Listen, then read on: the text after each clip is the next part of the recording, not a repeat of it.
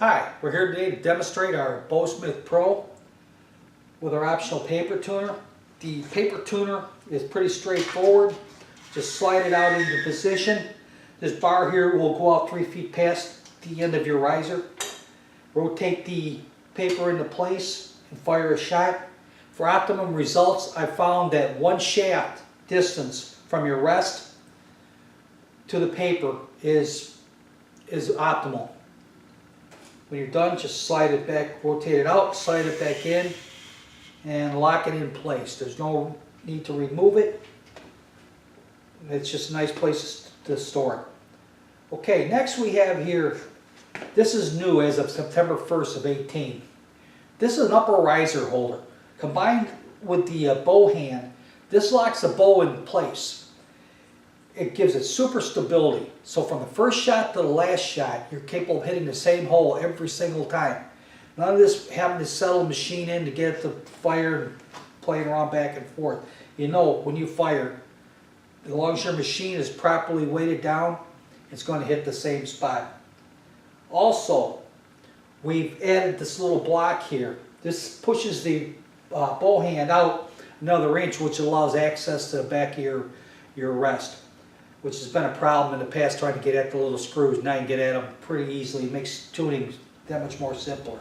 Okay, I'm going to show you how to set up your bow in the machine and be able to shoot arrows and set it up so it's square. For this part, we removed the paper roll here just to make things easier so you can see and stuff, and the upper brace is stowed in this manner up out of the way. Okay, the first thing you want to do is to set your bow hand. Now, easiest way I found to do this is just to set it like this up out of the way. You want to make sure your strap here is parallel with your machine. Measure from here to here, here to here, adjust it back here until that's perfect. Then what you do is just take a shaft, lay it inside here, and line it up. Just eyeball it so it runs down the center of the rest, the center of your strap, and then adjust it in or out with your 5/8 nuts here until it's just perfect. And I slide it down out of the way. Look at it again. And that looks pretty good. Alright, so we're going to want to tighten these down in place. Just snug them up. Notice I got a small wrench. No need to put a lot of torque on it. It's not going to go anywhere. Okay, now we're going to set our bow in place. The easiest way to do this is to use the release to help hold it in place. Set your bow in, let it slide in place where it wants to sit there against that piece, and then put a little bit of pressure on there, put your pin in place. This is important. Always use these safeties, even when you're just setting a bow up like this. It'll save your bow if your D-loop pops loose or something else happens, or if you fire it by accident. And put some tension on it. Make sure your bow is in where it belongs. It's just sitting in there free, flopping around. Put some tension on it. Now we'll go up here and lock it in place.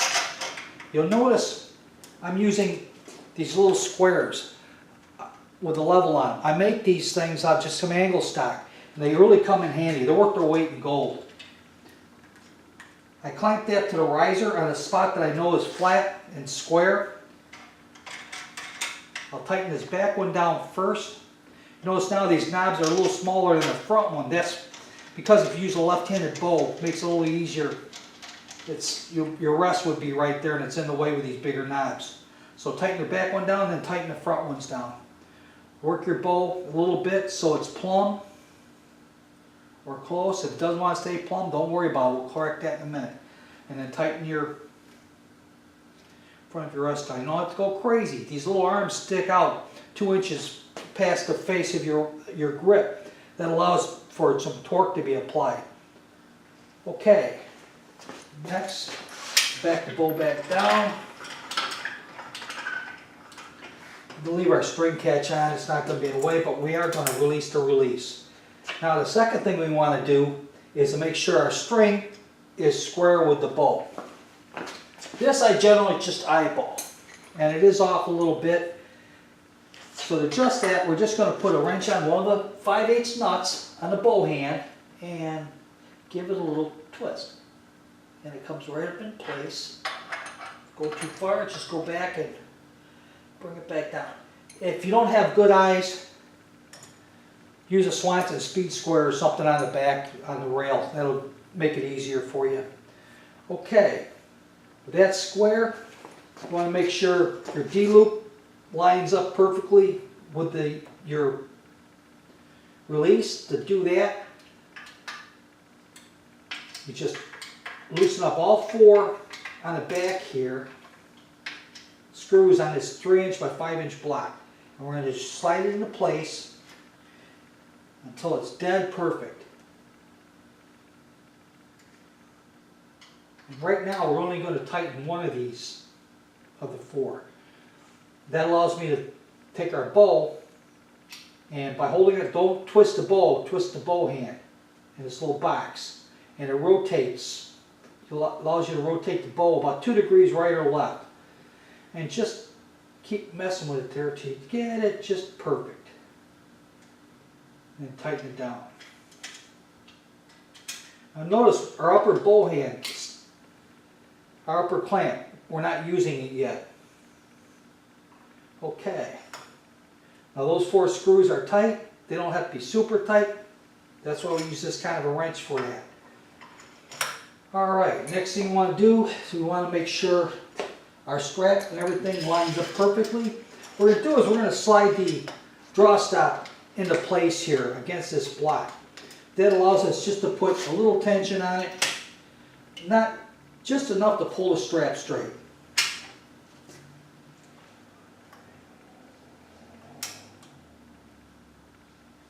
Okay.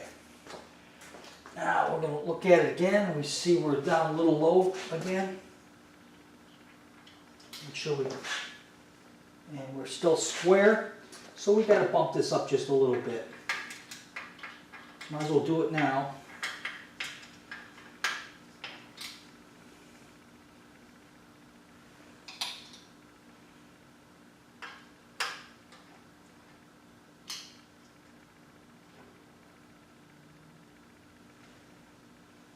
Okay.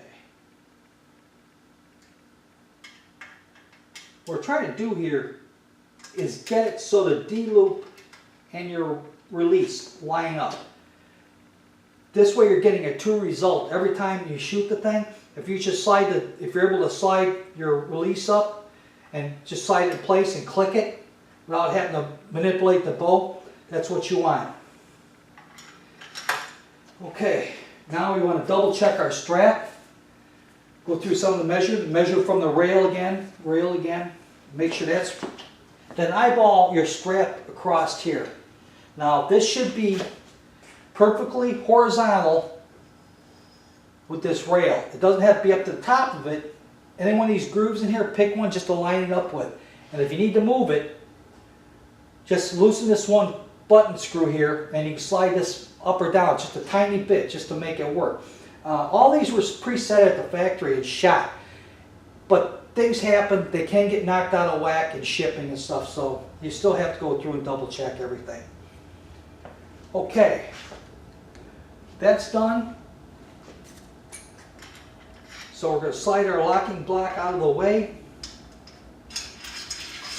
Don't need that in place. And now we can, bow's still plumb, so now we can take and hook up our upper brace.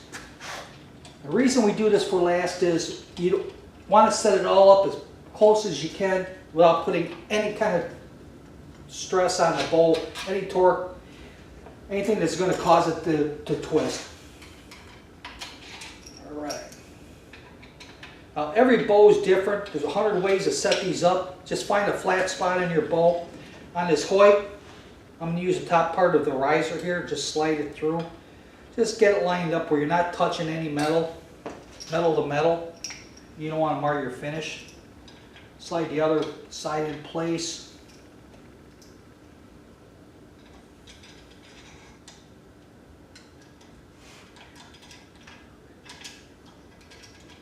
Let's see. We're going to pick this up just a little bit here. Trying to find a flat spot to put this against. If you do that, you can still put it against something round and it will hold.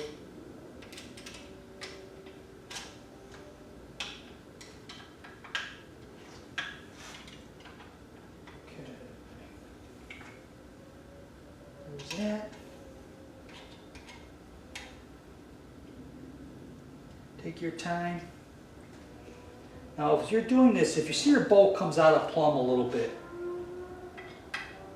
before we tighten it down in the front here, loosen one of these back screws up, and you can just slide it just a tiny bit. And then lock it in place so it's plumb. Now install the front on.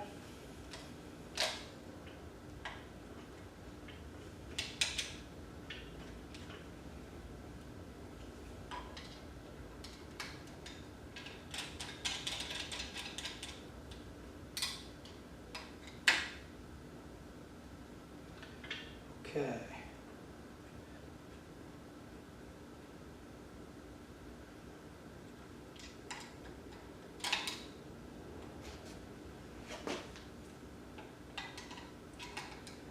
Get this right here. Okay. Make sure. And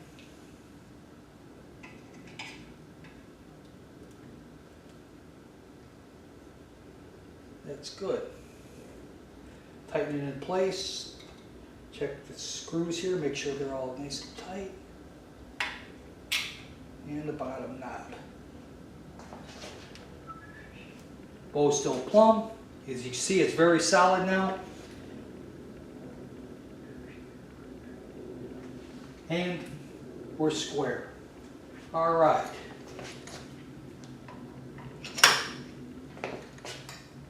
Now set an arrow in on your rest.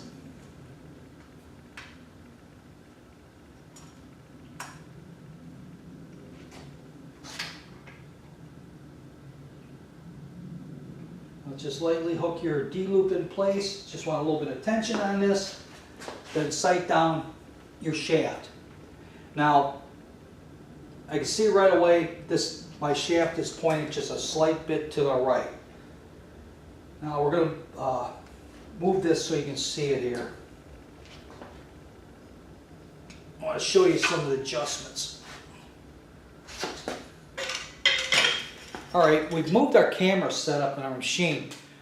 Try to give you a better look at what we're talking about here as far as keeping this stuff straight. You want to eyeball through from the very back here by the winch where your strap starts, through your release, and through your shaft. And I don't know if you can really see this, but I'm going to take and modify it so this is pointing out to the left a little bit off the rest. Not that much, but you can see it by eye if you get down and eyeball it. So what we got to do is we got to bring the shaft, the point of the shaft, over this way, probably about 1/4 of an inch. It doesn't seem like a lot, but it makes a difference when you're tuning. Now loosen the 2 back nuts up in here, the ones right behind this plate, because we're going to angle this plate just a tiny bit. Now I backed off a little. Now all you want to do to get a 1/4 inch, you're talking maybe 1/4 of a turn on that front nut. Put a little torque on it. And when you eyeball it again, you can see it slid back over where it's supposed to be. So we're going to tighten them, snug up all these a little bit again. As you tighten these, do a little bit on the front and a little bit on the back as to not want to move anything again. And just snug them up in place. These don't have to be super tight. There's no vibration up in here. Just snug them up. And as you can see now, the shaft, hope you can see it, is perfectly in line. Okay, now with our shaft straight, double check everything again. release your D-loop. And one thing we notice is the shaft is straight, but it's sitting just a little bit off to the side of the breast. To correct this, loosen your 5/8 bolts again and give it a little bit of turn. Hold it so it doesn't move and lock them back in place. What we're doing, we're just sliding the bow over closer to the rail by maybe a 1/16 of an inch. Okay. Check her all out again. Make sure everything looks square. Bow is still plumb. And that should have us ready to shoot. Okay, you want to do is hook your bow up here. Make sure you put the safety device on. And now with that done, we're going to crank it back to our full stop. Again, make sure these safeties are in place. Both of them. Alright, we're not shooting, so you still need your string catch. Bring your bow back until you're just shy of your stops, and then adjust the final tiny bit with this device up here. Allows for very minute adjustments. A little more and that's perfect. Now with that in place, you want to slide your overdraw stop in place. Slide it up and just set it so it's about a 1/16 of an inch away from this block here. When you fire, you really don't want to touch anything. If you pull it real tight against her, you're going to start torquing stuff, throwing your shot off. Okay, with that set, just back the bow down.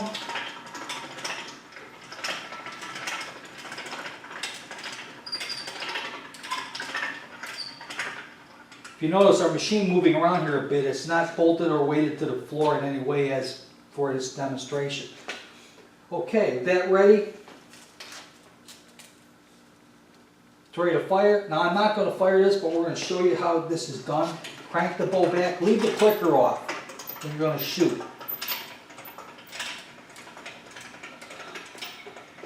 Just draw it back just to where you just about hit that stop or touch it, and just back it off, just so you got a 1/16 of an inch showing there. And then just pull your pin and fire. Okay? Now we got it back here, we'll pull this arrow out. I'm going to show you what happens, what this string catch does here. Pull the safety. Now if your D-loop lets loose, boom, that's what happens. It catches your bow, no damage.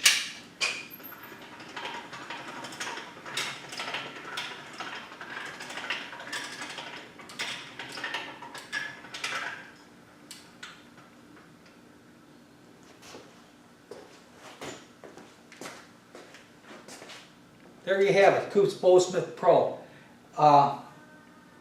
With our setup, what I showed you there and what's in the book, you should be able to get perfect results.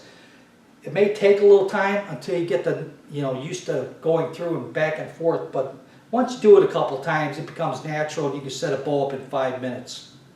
Thank you.